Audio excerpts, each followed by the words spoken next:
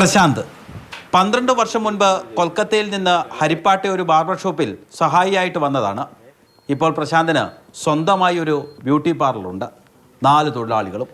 അടുത്തൊരെണ്ണം കൂടി തുടങ്ങാനുള്ള ഒരുക്കത്തിലാണ്. ഞാൻ ഈ കട തുടങ്ങിയ സമയത്ത് തന്നെ ഭയങ്കര കഷ്ടപ്പെട്ട്, ചില സമയം ഫുഡില്ല, ഇതില്ല, അങ്ങനെ കാര്യങ്ങളായിട്ട് ഭയങ്കര കഷ്ടപ്പെട്ട് ചെയ്ത് ഇപ്പം ദൈവത്തെല്ലാം തന്ന് എല്ലാമായി, വണ്ടിയായി, കട തുടങ്ങാൻ പുതിയതായിട്ട് വീടായി. ഇപ്പം കൊച്ചിയിലെ നല്ല ഒരു സ്കൂള് എവിടുത്തെ പഠിക്കാൻ ആഗ്രഹമുണ്ടോ കേരളത്തിൽ വീടായിട്ട് ഇവിടുത്തെ സെറ്റിലായിട്ട് നമ്മൾ ഇവിടെ നല്ല ഒരു സ്കൂളിൽ പഠിക്കും. കൊച്ചിക്ക് നല്ല ഒരു ലൈഫ് സെറ്റിലാക്കി സമാധാനമാക്കും. ഈ കട തുടങ്ങിയ പ്ലാനിങ് അതൊക്കെ നമ്മുടെ വിജയിക്കുന്ന നെക്സ്റ്റ് സ്റ്റെപ്പ് ടു സ്റ്റെപ്പ് അങ്ങനെയായിട്ട് പ്ലാനിങ്.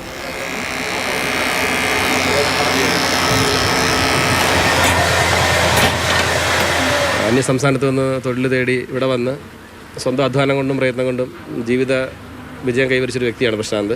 നേരത്തെ പ്രശാന്തിന് ഇവിടെ കേരളത്തിൽ അഡ്രസ്സൊന്നുമില്ല. ഇപ്പോൾ അവനിക്ക് ആധാർ വരെ ഉണ്ടെന്നാണ് എൻ്റെ ഒരു നിഗമനം. കാരണം നേരത്തെ അവനൊരു ചെറിയൊരു സെക്കൻഡ് ഹാൻഡ് വണ്ടി എടുക്കുന്ന സമയത്ത് ഞാൻ എൻ്റെ ആധാർ കൊടുത്തിട്ടാണ് എൻ്റെ പേരിൽ വണ്ടി എടുത്ത് സെക്കൻഡ് ഹാൻഡ് യൂസ്ഡ് ബൈക്ക് എടുത്ത് കൊടുത്തത്. ഇപ്പോൾ കുറച്ച് ദിവസം മുമ്പ് എന്നെ കണ്ടപ്പോൾ പറഞ്ഞാൽ എനിക്കിവിടെ കേരളത്തിൽ അഡ്രസ്സായി, സ്വന്തമായിട്ടൊരു അടിസ്ഥാനം ഉണ്ടായി. അതൊക്കെ സ്വന്തം അധ്വാനം കൊണ്ട് അവൻ നേടിയെടുത്താണ്. ഇവിടെ അടുത്ത് ഇച്ചിരി വസ്തുവും വീടും ഇവിടെ വാങ്ങിച്ച്. മലയാളികളൊക്കെ കണ്ടുപിടിക്കേണ്ടതല്ലേ? പിന്നെ മലയാളികളും അന്യസംസ്ഥാനത്തും തൊഴിൽ തേടി വരുന്ന ആൾക്കാരും എല്ലാം കണ്ടുപിടിക്കേണ്ട ഒരു കാര്യമാണ്.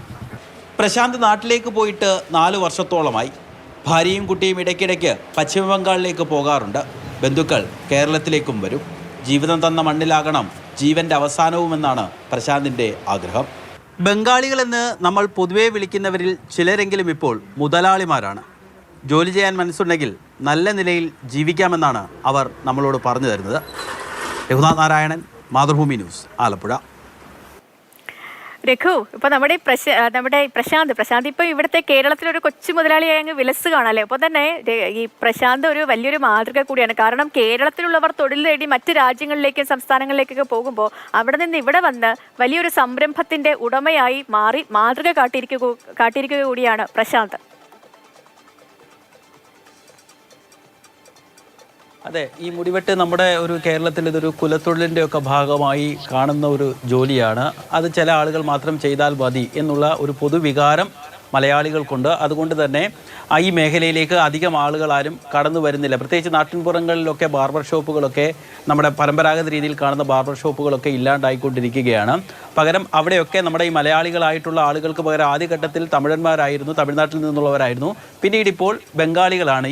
ഈ പ്രശാന്തും ഇതേപോലെ ഒരു 10-12 വർഷം മുൻപ് ആലപ്പുഴ ഹരിപ്പാടിനടുത്തുള്ള കരിലക്കുളങ്ങര എന്നുള്ളൊരു സ്ഥലമുണ്ട്. അവിടെ ഒരു മുടിവെട്ട് കടയിൽ ബാർബർ ഷോപ്പ്, നമ്മുടെ നാട്ടിൻപുറത്തുള്ള ബാർബർ ഷോപ്പിൽ മുടി വെട്ടാനായിട്ട് വന്നതാണ്. അവിടെ നിന്ന് പതുക്കെ ഈ തൊഴിലൊക്കെ കൃത്യമായി പഠിച്ച് അവിടെയുള്ള ആളുകളുടെ കൂടിയൊക്കെ സഹായത്തോടു കൂടി ആ കരിലക്കുളങ്ങളിൽ നിന്ന് ഏകദേശം ഒരു 10-12 കിലോമീറ്റർ മാറിയിട്ടുള്ള കൊച്ചിയുടെ ജെട്ടി, അതൊരു തീരമേഖലയാണ്, കടലിനും ഒക്കെ അടുത്തുള്ള ഒരു സ്ഥലമാണ്. അവിടെ വന്നൊരു കട തുടങ്ങുന്നു. ചെറിയ രീതിയിൽ തുടങ്ങിയതാണ്. അത് പതുക്കെ ഡെവലപ്പ് ചെയ്ത് നമ്മൾ ഈ കാണുന്ന ദൃശ്യങ്ങൾ പോലുള്ളൊരു ബ്യൂട്ടി പാർലർ, നമ്മൾ ഈ നഗരത്തിലെയൊക്കെ ബ്യൂട്ടി പാർലർ വെച്ച് ഈ പ്രശാന്തിൻ്റെ ബ്യൂട്ടി പാർലർ ഇറക്കാനൊന്നും നിൽക്കരുത്.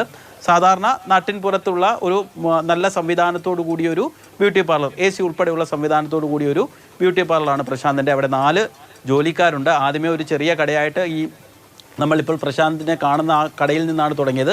തൊട്ടപ്പുറത്തെ കടയിൽ മറ്റൊരു പലചരക്ക് കടയോ മറ്റോ പച്ചക്കറി കടയോ ഒക്കെ ആയിരുന്നു. അതായത് ഒഴിഞ്ഞപ്പം ആ കട കൂടി ഏറ്റെടുത്തുകൊണ്ട് അതൊരു വലിയ കടയാക്കി മാറ്റി. ഇപ്പം വേറൊരു കട കൂടി തുടങ്ങാനുള്ളൊരു ശ്രമത്തിലാണ്. തൊട്ടടുത്ത് മാറി പുല്ലുകുളങ്ങര എന്നൊരു സ്ഥലത്തേക്ക് മാറി ഒരു കട കൂടി തുടങ്ങാനുള്ളൊരു ശ്രമം പ്രശാന്ത് നടത്തുന്നുണ്ട്. എന്ന് മാത്രവുമല്ല, നാട്ടിൽ വന്നു, ബൈക്ക് വാങ്ങി, പിന്നീട് വീട് വാങ്ങി, കുടുംബത്തെ കൊണ്ടുവന്നു. എല്ലാവരും കൂടി ചേർന്ന് ഇവിടെയാണ് താമസിക്കുന്നത്.